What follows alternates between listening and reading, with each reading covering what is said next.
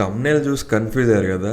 Video చూడండి, clarity వచ్చేస్తుంది. నాకు వచ్చే కోపానికి అసలు రివ్యూ ఎలా ఇవ్వాలో, ఎక్కడి నుంచి స్టార్ట్ చేయాలో కూడా అర్థం కావట్లేదు. హరిహర వీరమల్లుకి కూడా చెప్పాను నేను. ఫస్ట్ టైం అనిపించింది, నేను జనరల్గా మన డబ్బులకు వర్త్ ఉండాలి, ఎవ్రీ రూపాయికి వర్త్ ఉండాలి, సినిమా నన్ను ఎంటర్టైన్ చేస్తేనే చూస్తా, ఇలా నేను ఎప్పుడు ఆలోచించను.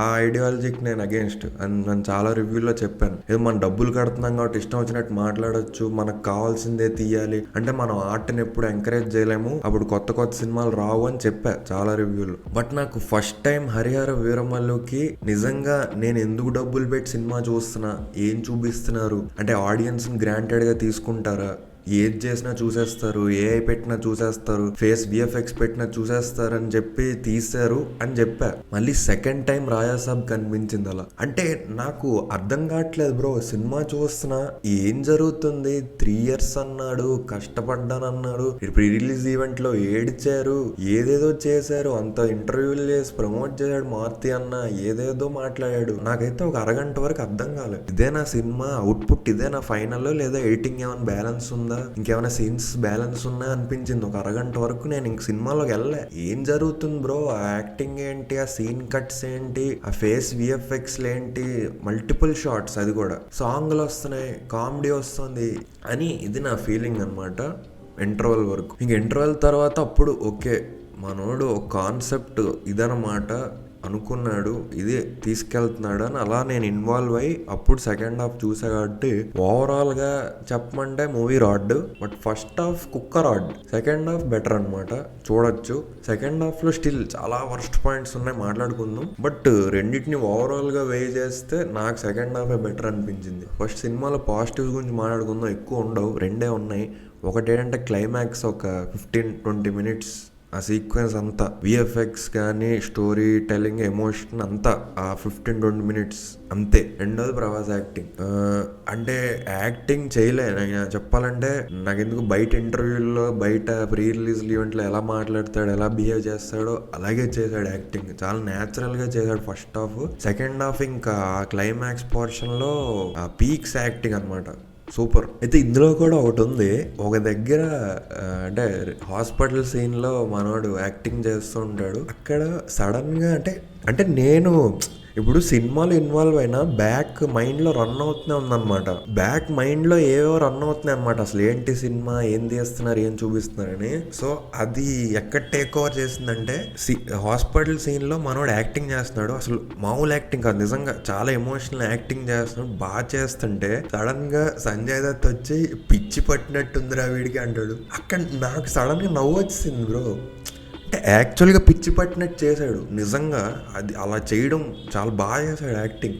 కానీ నేను బ్యాక్గ్రౌండ్లో మన మారుతి అన్న పిచ్చి పట్టినట్టు తీసాడు, అన్న ఏది పడితే అది యాక్టింగ్ చేస్తున్నాడు ఇక్కడ, ఆ విధంగా వచ్చి నవ్వేశాను నేను థియేటర్లో. అలా ఉంది, అంటే అన్బేరబుల్ బ్రో. ఆ అవుట్పుట్ అనేది 3 years తర్వాత 400 crores బడ్జెట్ పెట్టాం, ఇది చేసాం, అది చేసాం అని అంతా చేసి మళ్ళీ ప్రమోషన్స్ చేయండిరా అంటే మీరు వెయిట్ చేయండి, వచ్చి ఆపుకోండి, టైంకి కంటెంట్ వదిలినప్పుడు మేము ఇది వదులుతాం, అది బాగుంటుంది, వెయిట్ చేయండి, ఓ దొబ్బద్దు అని మళ్ళీ ట్విట్టర్ పేజ్ వాడు ఓవర్ యాక్షన్ అనమాట, ట్వీట్లు. సో ఇది చూసి నాకు చాలా మంట ఎక్కిపోయింది, అబ్బో మామూలుగా చేయట్లేదు వీళ్ళు, ఇంకా అంటే డెఫినెట్ గా చాలా కాన్ఫిడెంట్ గా ఉన్నారు, అవుట్పుట్ బాగా వచ్చిందనమాట. మనం ఏదో రొట్ట హారర్ కామెడీ అనుకుంటున్నాం కానీ నిజంగానే బాగా తీసాడేమో అనుకున్నాం. ఏమైంది, అనుకుందే అయింది. మరి దానికి అంత లేపడం ఎందుకు, 400 crores అనడం ఎందుకు, ఫార్ ఫ్యాంటసీ ఇది అది అని తీసేదేమో విఎఫ్ఎక్స్ షాట్లా.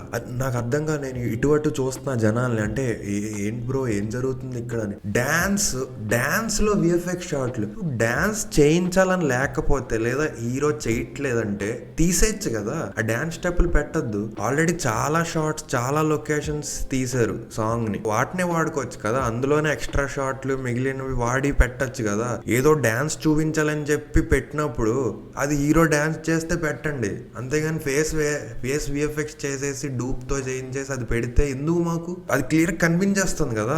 క్లియర్ గా ఆ షాట్ రాగానే డిస్కనెక్ట్ అనమాట, ఒక్కసారిగా ఛీ ఏంట్రా ఇదని. అలా మల్టిపుల్ ఫైట్స్ లో ఇంక అలా ఫైట్స్ ఎలాగో డూపే చేస్తున్నాడు కాబట్టి అందులో అది కూడా చూడలేకపోతున్నాం బ్రో. హరిహర వీరమల్లో ఒక షాట్ ఉంటుంది, ఆ ఇంటర్వెల్ దగ్గర సడన్ గా మనోడు ఇలా ఏఐ ఫిగర్ ఒక బొమ్మ వస్తుంది ఇలా, అప్పుడు ఇంటర్వెల్ అని పడుతుంది. మళ్ళీ ఆ రెయిన్ డ్రాప్ లో రిఫ్లెక్షన్ అక్కడ మళ్ళీ ఆ బాణం వేస్తున్నప్పుడు ఒకటి వస్తుంది. అంటే కొంచెం కమ్ అండ్ గోలా అనిపిస్తాయి. క్లియర్ గా అక్కడ వర్స్ట్ గా ఉంటుంది కానీ కమ్ అండ్ గో. ఇదైతే మల్టిపుల్ వస్తున్నాయి, మాటికి వస్తున్నాయి. ఎలా అప్పుడు మళ్ళీ ట్రాక్ లోకి ఎలా వచ్చేది? ఒకసారి డిస్కనెక్ట్ అయిపోతాం. ఇంకా ఏదో ఒకసారి వచ్చి వెళ్ళిపోతే వదిలేస్తాం, మర్చిపోతాం. మళ్ళీ ఇంటర్వ్యూలో ఏమో చాలా కాల్ షీట్లు ఇచ్చాడు, చాలా రోజులు పని చేశాడు, ఈ సినిమా దగ్గరుండి ఎడిటింగ్ చేశాడు, దగ్గరుండి అన్ని చూసుకున్నాడు, నన్ను నచ్చి చేసుకున్న వంటకం అన్నారు కదా బ్రో. మరి ఏం డేట్లు ఇచ్చాడు, ఆ డేట్లు మీరు ఏం వాడుకున్నారు? అంటే క్లియర్ నెగ్లిజెన్సీ ఇది.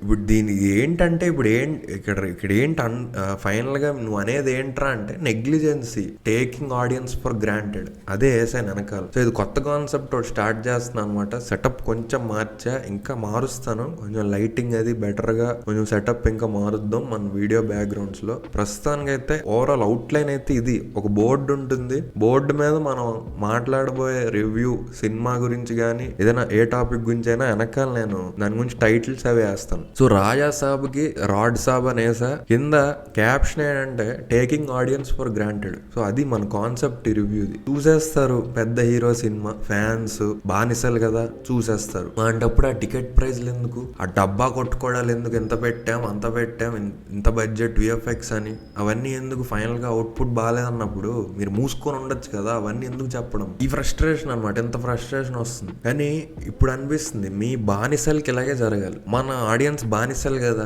ఏ సినిమా తీసినా చూసేస్తారు, ఎవరిదైనా నాకేస్తారు. సో మనకి ఇలాగే జరగాలి. అప్పుడు కానీ అర్థం కాదు. ఇలాగే హాఫ్ బేక్డ్ ప్రొడక్ట్లు ఇస్తూ ఉంటే అప్పుడు వీళ్ళకి అర్థం అవుతుంది మన రూపాయికి వాల్యూ ఏంటి, ఏం చూస్తున్నాం, అసలు ఏం చూడాలి, దేన్ని ఎంకరేజ్ చేయాలి, దేన్ని తిట్టాలి, వీళ్ళని ఎలా ఇంప్రూవ్ చేయించాలి, అవన్నీ ఆలోచిస్తారు ఆ విధంగా. అంతేగాని మా అన్న సినిమా వచ్చింది చూసేద్దాం ఈ మోడ్ లోంచి బయటకు వస్తారు. ఇలాంటి ప్రొడక్ట్లే ఇంకో 5-6 రావాలి. ఇలాగే హాఫ్ బేక్డ్ ఏఐ వాడేసి విఎఫ్ఎక్స్ వాడేసి డూపుల్ని వాడేసి హీరోయిన్లకి మాత్రం హీరో వచ్చేస్తాడు, మిగతా మాత్రం డూపులు. ఇప్పుడు మరి సినిమాలు ఎందుకు చేస్తున్నారు? ఒక యాక్టర్ నీ పని ఏంటి? సినిమాకి డేట్లు ఇచ్చి ప్రాపర్ గా అడిగిందల్లా షూట్ చేసి వెళ్ళాలి కదా. ఇన్ని డేస్ ఇస్తాను, నీకు నచ్చింది చేసుకో, మిగతాది ఎడిటింగ్ లో చూసుకో అంటే మరి మేమెందుకు చూడాలి? అది ఏదో ఒక షార్ట్ ఫిల్మ్ తీస్తున్నట్టు మీరు మెయిన్ మూవీని అలా తీస్తే మేమెందుకు చూడాలి? మళ్ళీ ఆఫ్లైన్ లో కూడా అయిందిగా మీకు. ఆ విమల్ థియేటర్ దగ్గర ఇష్యూ చూసే ఉంటారు. ప్రీమియర్ చేయలే, షోస్ బుకింగ్ ఇంకా ఓపెన్ చేయలే హైదరాబాద్ లో. బెంగళూరులో అయితే చేశారు, హైదరాబాద్ లో చేయలే. వాళ్ళు వెళ్ళి థియేటర్ బయట నించుంటేనేమో వాళ్ళ ఫ్యాన్స్ బయట నించోబెట్టేసి లోపల మీడియా వాళ్ళకి షో వేశారంట, లేదా వాట్ ఎవర్ సంథింగ్ అయింది. లోపల పంపించకుండా ఫ్యాన్స్ అలా బయట వెయిట్ చేయించి అదో 11:30కి బుకింగ్ ఓపెన్ చేసి, ఎవడొస్తాడు అప్పుడు? 11:30కి బుకింగ్ ఓపెన్ చేసి 1000 అనుకున్న ప్రీమియర్ ని 200-300కి ఇచ్చేసి చూపించారు సినిమా. వాళ్ళని 5-6 గంటలు వెయిట్ చేయించి ఫ్యాన్స్. మీరు ప్రొడక్షన్ లో ఉండే మాఫియాలు, మీ గొడవలన్నీ మా మీద ఎందుకు రుద్దుతారు? అవన్నీ మాకెందుకు ఎఫెక్ట్? హీరోలకి ఎఫెక్ట్ అవుతున్నాయి, ఆడియన్స్ కి ఎఫెక్ట్ అవుతుంది కదా. మీ గొడవలు మీరు పడండి, సినిమాని ప్రాపర్ గా రిలీజ్ చేయండి, లేకపోతే చెయ్యొద్దు, టైం తీసుకొని చేయండి. లాస్ట్ మినిట్ లో గొడవలు ఏంటి? సినిమా అంటే ఏంటి, బిజినెస్ అంటే ఏంటి? ఏం లేదు ఇక్కడ, అవేం లేవు. ఎవడి మాఫియా వాడిది. వరస్ట్ అవుట్పుట్ అసలు. రాధేశ్యామ్ బెటర్, నిజంగా యాక్చువల్ గా రాధేశ్యామ్ మూవీ యాక్చువల్ గానే బెటర్, బట్ దీనికంటే ఫార్ బెటర్. ఇక్కడ నువ్వు ఏం తీస్తున్నావు, ఏం చూపిస్తున్నావు, ఆ యాక్టింగ్ ఏంటి, మధ్యలో సాంగ్లేంటి, సాంగ్ ని మళ్ళీ బ్రేక్ చేసి ఒక సగం ఫస్ట్ హాఫ్ లో ఏడువేంటి, ఇంకో సగం సెకండ్ హాఫ్ లో ఏడువేంటి? అంటే అసలే సాంగ్లు ఇరికిస్తున్నాడు రా అనుకుంటుంటే ఇంకా సెకండ్ చరణం ఉంది కదా అని చెప్పి వేస్తారు సాంగ్ మళ్ళీ కంటిన్యూషన్ సెకండ్ హాఫ్ లో. ఏం జరుగుతుందిరా? మళ్ళీ మూడో హీరోయిన్ ఫోర్స్డ్ గా అక్కడికి తెచ్చేసి వెంటనే సాంగ్ ముగ్గురుతో. ఆ సాంగ్ అవసరమా బ్రో? చేశారు రీమిక్స్, ఎండ్ క్రెడిట్స్ లో వేయచ్చు కదా. సినిమాలో ఎక్కడ పట్టింది మీకు ఇక్కడ సాంగ్ పడాలి అని ఎందుకు అనిపించింది చెప్పండి. మనోళ్ళు కూడా కామెంట్స్ లో చెప్పండి, అక్కడ సాంగ్ పెట్టాలని ఎందుకు అనిపించింది వాళ్ళకి, ఏమై ఉంటుంది రీజన్. మన మారుతి గారు అన్నట్టు ఆడియన్స్ కి బ్రేక్ ఇవ్వాలి, హై నుంచి తీసుకొని రావాలి, కాసేపు బ్రేక్. అక్కడ ఏం బ్రేక్ కావాలి మాకు? నువ్వు ఇంకా అప్పుడు స్టోరీలోకే అప్పుడే వెళ్ళావు, మంచి ఇంటెన్సిటీ బిల్డ్ అవుతుంది అనగానే బ్రేక్ ఎవడికి కావాలి? అక్కడ మంచి సీన్లు వస్తుంటే చెడదొబ్బి సాంగ్ పెట్టావు. Not acceptable bro, not at all acceptable output. అంతే మీకు అవ్వాలి, ఫ్యాన్స్ కి బానిసలకి ఇలా అయితే గానీ మీరు బాగుపడరు. ఎప్పటికీ సినిమా కూడా బాగుపడదు. ఇలాగే హాఫ్ బేక్డ్ ప్రొడక్ట్లు వస్తూనే ఉంటాయి, వీళ్ళు ఛాన్స్లు ఇస్తూనే ఉంటారు, వీళ్ళు దాన్ని అడ్వాంటేజ్ తీసుకొని మిస్యూజ్ చేస్తూనే ఉంటారు. మీరు కూడా సినిమా చూసి మీ ఒపీనియన్ కామెంట్ చేయండి. అంతవరకు ఎంజాయ్ చేయండి. ఉంటాం మరి, బాయ్.